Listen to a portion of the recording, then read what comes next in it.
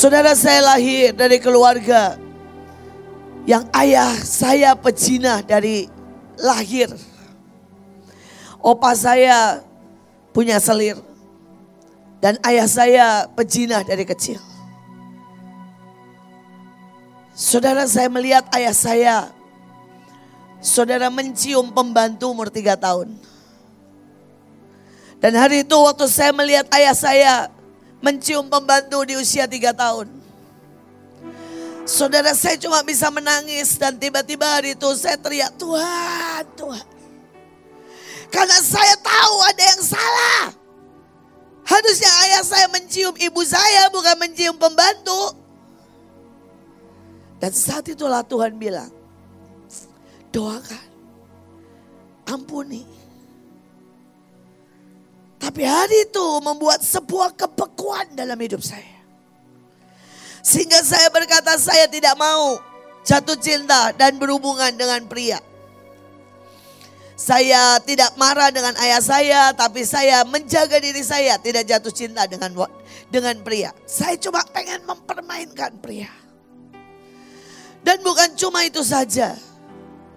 Saya jatuh ke masturbasi karena saya marah. Dan ibu ini pernah menjadi orang yang satu hari bisa 5 kali masturbasi dan lebih. Tapi saya mau berkata, sekotor apapun kamu, Tuhan sanggup jadikan kamu pahlawan. Tuhan sanggup rubah. Tuhan sanggup angkat. Semakin kamu tahu engkau butuh Roh Kudus, semakin kau rela disambar dan dihabisi, semakin dia bisa pakai saudara dengan sangat ajaib. Saya tidak berhenti dengan itu. Saya pernah sangat miskin. Sampai saya tinggal di pinggir kali. Dan itu membuat saya sangat suka mencuri.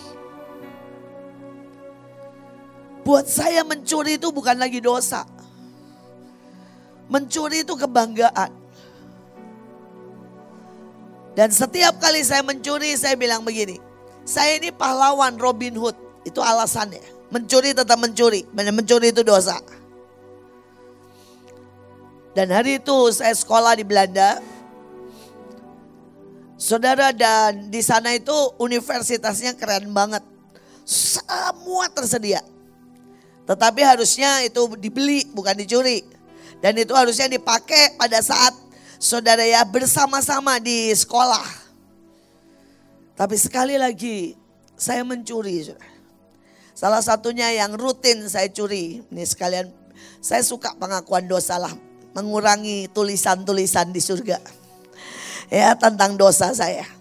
Saudara, kalau saudara tahu dulu ya, kalau sekarang ini nggak tahu saya. Saudara, kalau dulu sekolah arsitek itu mesti pakai kalak papir namanya. Dan kalak papir itu mahalnya minta ampun, saudara. Saudara, kalak papir yang A1 ya, A-nya itu kalau makin gede, makin kecil makin gede kertasnya. Jadi jangan pikir kalau A4 saudara ya, itu berarti lebih besar. Enggak, saudara. Saudara, A1 itu sudah 2 Holden, 1 lembar. Saudara, anggaplah sekarang saudara euro. Ya, kalau euro saudara 2 euro. Saudara 1 euro itu sekarang berapa sih? 1017 ya. 17.000. Bayangin 17.000 itu 1 lembar, saudara. Sedangkan dulu yang A1 itu aja sudah 2 euro. Saudara bayangin 30.000 lebih, 35. Saudara, itu cuma 1 lembar. Sedangkan sekali gambar, sekali proyek itu minimal 10. Saudara, kalau A0 lebih gila lagi harganya. Nah, saudara, saya selalu mencuri. Saya mencuri 20, 30 setiap hari.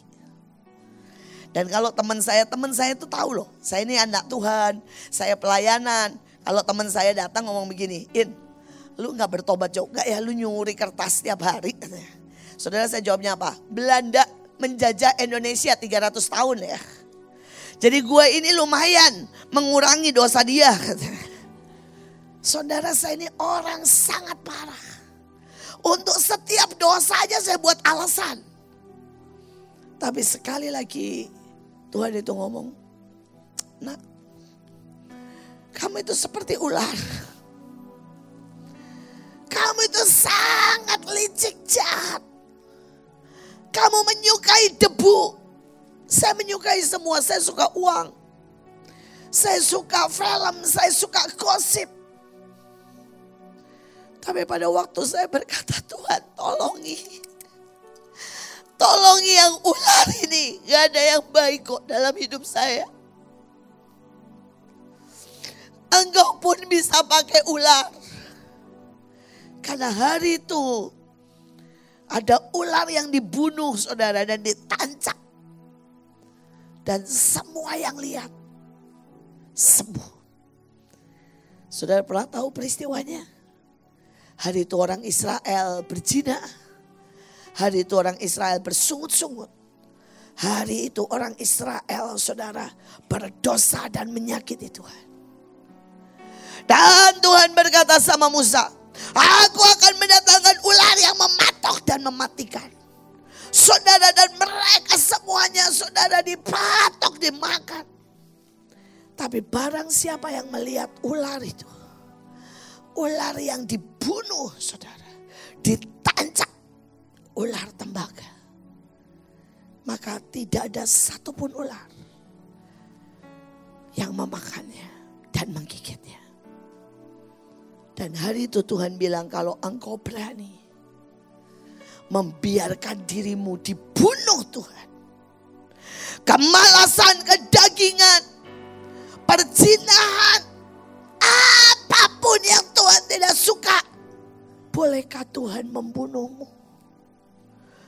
Maka Tuhan akan bisa memakai engkau dengan sangat ajaib. Dan hari itu saya cuma bilang, bunuh aku Tuhan. Please bunuh aku. Aku tahu setiap sel dari hidupku penuh dengan dosa.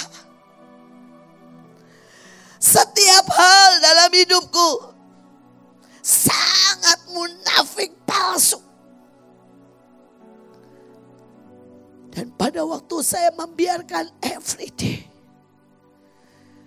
dia bunuh yang dia tidak suka. Tuhan bisa pakai ibu hari ini. Sampai kalian lihat yang ada di mana.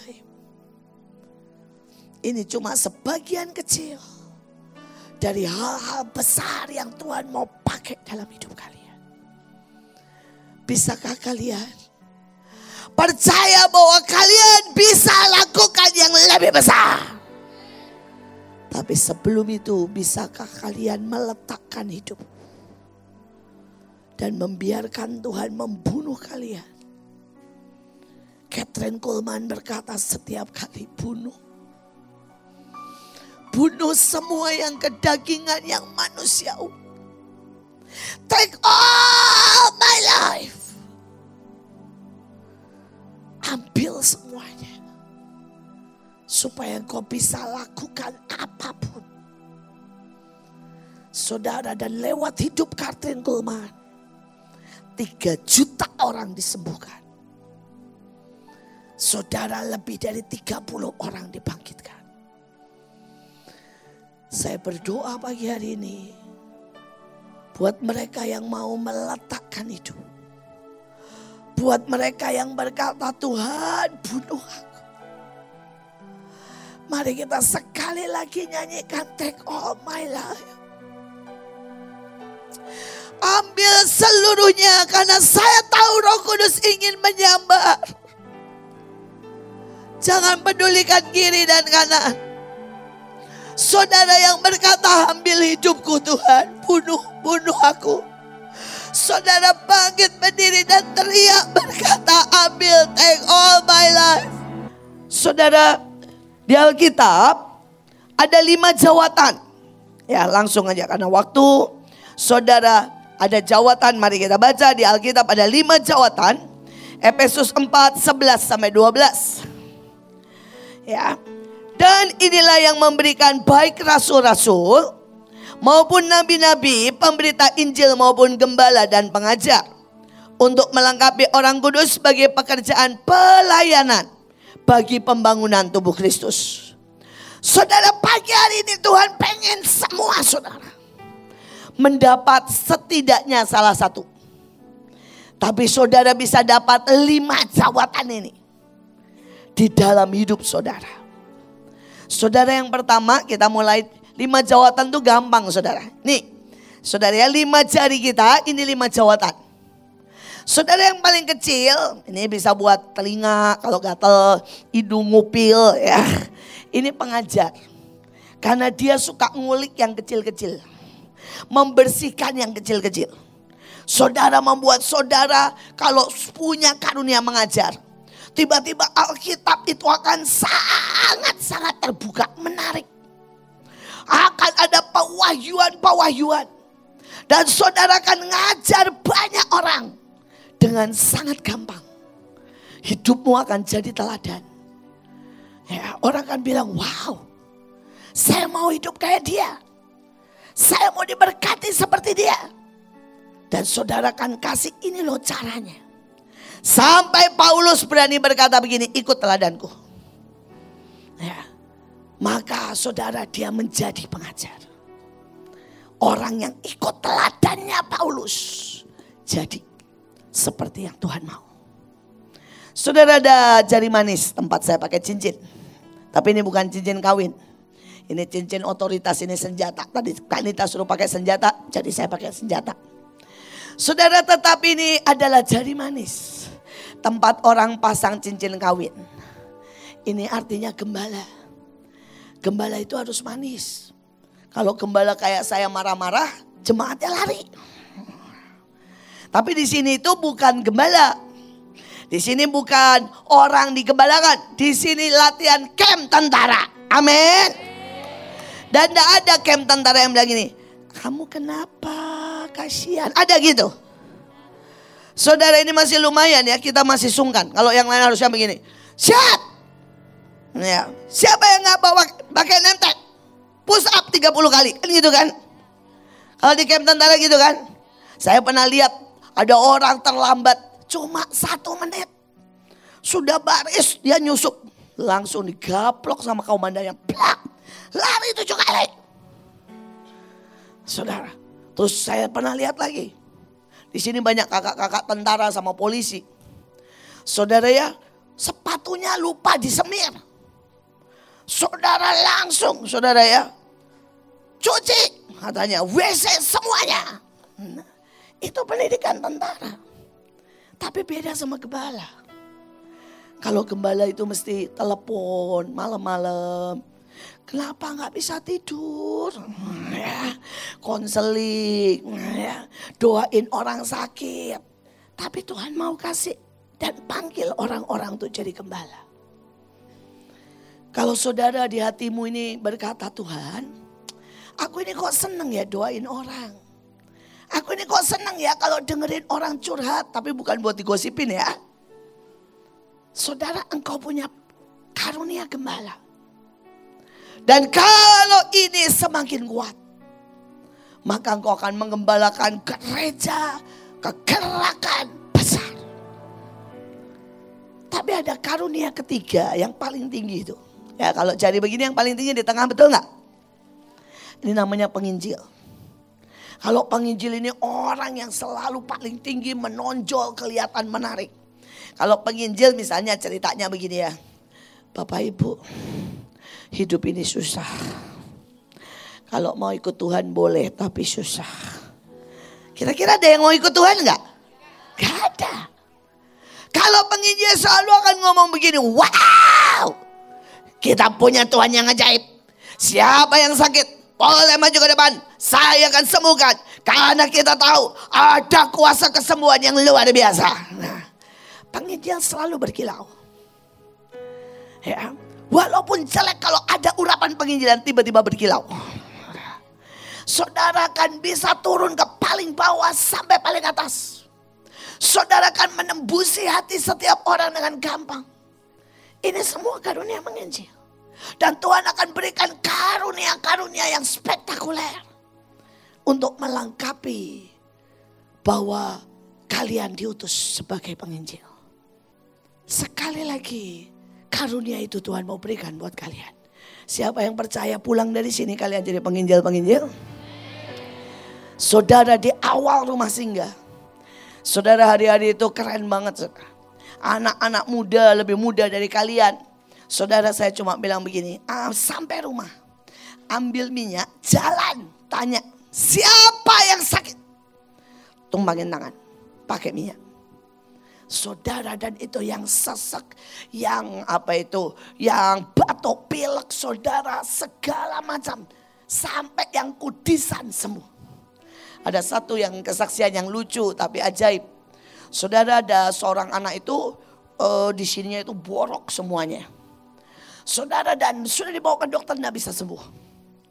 Akhirnya pada waktu itu saudara, anak-anak ini ya jalan dan kesaksian mujizat tuh everyday. Karena itu pada waktu kami buka rumah singgah, hari pertama 20, besoknya sudah 400. Saudara bilang, kenapa bisa ledakan lawatan? Itu salah satu temanya. Let it shine, 1, 2, 3, let it shine. Saudara, ledakan lawatan. Kenapa orang lihat kesembuhan dan semua datang. Dan hari itu ada seorang anak yang dia berkata, kata Ibu Iin, kalau sakit gak sembuh-sembuh, tuangin minyak. Saudara, dia ambil minyak, gak tahulah bekas minyak goreng apa, saya gak tahu. Bekas goreng bala-bala atau bekas goreng apa. Dia angkat, Tuhan pokoknya ini minyak urapan. Disiramlah ke kepala saudara. Yang kudisan itu, yang borok saudara. Dan saya juga gak tahu itu minyak apa. Dan saya tahu itu Tuhan bekerja, tapi Tuhan juga unik sekali. Pada waktu disiram tiba-tiba saudara, itu kutu kudis keluar semua. Mungkin baunya wangi, bala-bala keluar semua cari makan. Saudara, itu keluar dari lapisan kulit. Keluar semua. Saudara, ternyata itu borok gak sembuh-sembuh. Karena itu kutu masuk sampai ke dalam. Saudara, dan begitu keluar semuanya, kita cuci, kita bereskan. Saudara, tiba-tiba semua sembuh total. Kita punya Tuhan yang ajaib. Tuhan tidak butuh saudara. Siapa yang pintar, yang hebat. Tuhan butuh yang percaya. Tuhan butuh yang taat. Tuhan butuh yang bergerak. Saudara, ada yang selanjutnya, tunjuk. Ini kan buat nunjuk, betul ya? Hei kamu, itu kan? Nah, ini karunianya Nabi. Nabi kan suka nunjuk itu. Itu tuh, yang baju itu ya. Tuhan berkata, gitu ya. Nah, karena ini saudara ingat, pokoknya yang nunjuk berarti Nabi. Tapi Tuhan mau kasih semua karunia kenabian. Karena karunia kenabian membuat kita bisa mendengar Tuhan. Bisa mengerti masa depan. Saudara, hari itu mau pemilihan presiden. Dan saya dipanggil sama satu calonnya. Saudara, dan saya dipanggil dan saya bilang begini. Dia tanya, Bu, apakah saya menang? Saya dengan senyum bilang, Pak please. Jangan pakai uang Bapak banyak-banyak. Karena Bapak pasti gak akan menang. Wah, dia ngamuk saudara. Ini perempuan gila katanya ya. Semua pendeta lain bilang, ya saya doakan supaya Bapak menang. Saya doakan yang terbaik terjadi. Dia bilang Bapak pasti gak akan menang. Ini perempuan gila. Tapi kalau kenabian itu begitu saudara. Ya, wah dia marah-marah sama teman saya dan bilang ini. Pokoknya jangan bawa perempuan gila itu ke sini katanya. Saya tidak mau lihat mukanya katanya ya. Saya benar-benar kesal sama dia. Saudara, singkat cerita dia benar-benar kalah saudara ya. Karena Tuhan memang bilang udah pasti kalah. Saudara, pada waktu dia kalah, saudara dia ngomong begini. Itu ibu bilang apa? Katanya ya. Saudara, dia setiap hal sampai hari ini. Dia bilang sama temennya, kenalannya, tolong tanyain itu Tuhan bilang apa. Itu karunia kenabian kadang-kadang tidak disukai orang. Tapi saudara kan tahu apa yang akan terjadi. Saudara, pada waktu gempa Cianjur, saudara. Hari itu pagi itu saya bilang, saya rasa ada sesuatu yang akan terjadi. Ayo berdoa. Dan kami berkata semua ya diurapi. Saudara dan semua teman kami yang di Cianjur mengurapi rumahnya. Dan rumah mereka tidak ada satupun yang hancur. Ada satu orang saudara pada waktu gempa itu tinggal di pusat gempanya. Dan gempanya 200 kali. Itu yang namanya lemari. Sudah begini saudara. Tapi balik lagi. Sampai pada waktu selesai gempa. Tidak ada satupun lemari yang rubuh. Saudara, yang lebih ajaib lagi lantainya. Lantainya itu naik 20 cm. Tapi begitu selesai gempa, turun lagi rapi. Tidak ada satupun yang pecah. Kita punya Tuhan. Saya nggak tahu lah malaikat yang gimana meganginya satu-satu. Ya. Tetapi kita punya Tuhan yang ajaib. Nah saudara, ada satu jempol. Ini rasul. Dan rasul punya tugas untuk saudara ya, membangun kerajaan Tuhan. Saudara, rasul biasanya bikin sekolah. Rasul biasanya bikin yayasan. Rasul merubah satu kota. Rasul membuat pelayanan-pelayanan yang ajaib dan besar. Ini kerjaannya rasul, kayak Rasul Paulus. Tetapi di dunia ini 5 jawatan itu di gereja. Saudara, di dalam dunia harus ada lagi 7 panggilan. Tadi 7 jawatan. 5 jawatan. Saudara, sekarang di dalam dunia, saudara, untuk kita berfungsi harus ada 7 panggilan. Saudara, panggilan yang pertama adalah pilar. Seluruh dunia, saudara ya, ada pilar. Dan Alkitab berkata, saudara, ayat yang ajaib sekali kalau saudara mau jadi pilar. Ya. Saudara, di dalam Wahyu 3 ayat 12.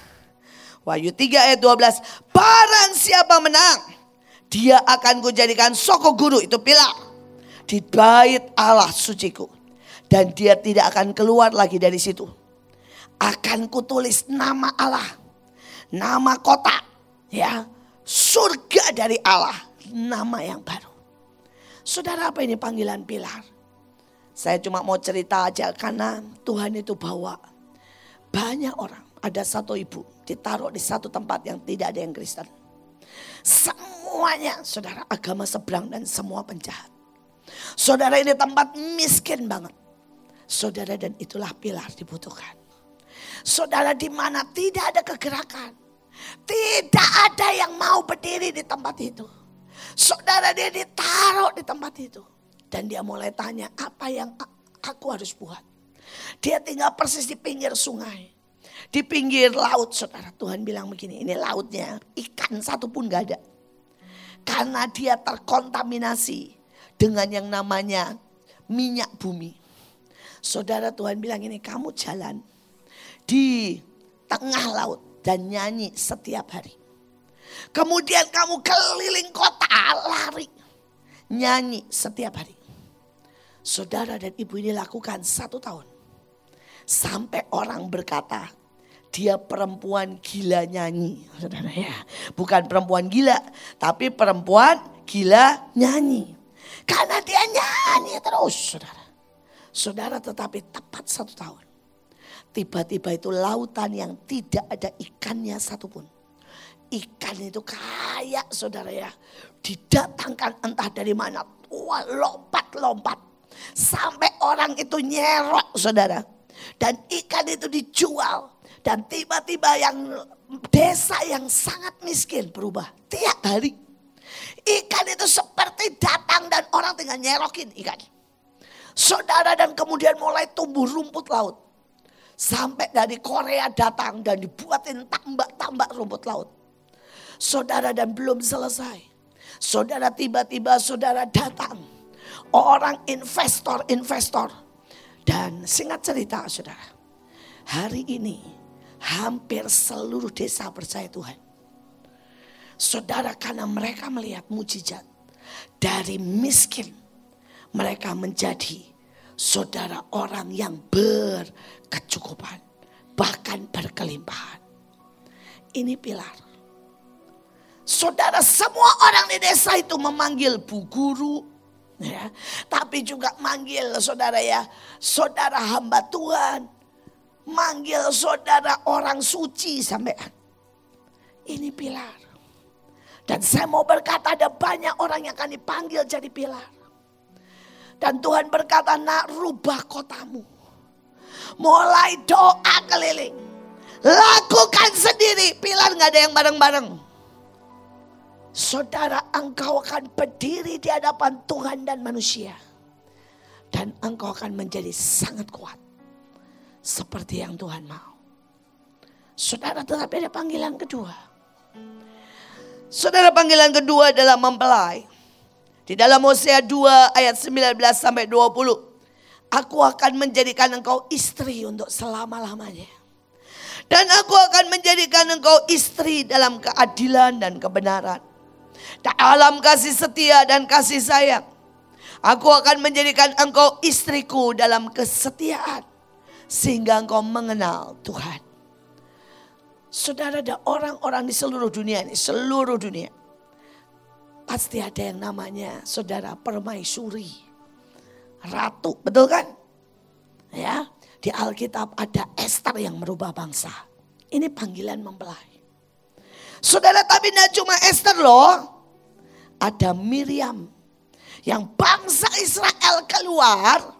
Saudara, hari itu bayangin ya, umurnya sudah 100 tahun. Tapi ambil rebana, bikin talian rebana pertama. Itu namanya Miriam. Umurnya berapa? Kakaknya Musa.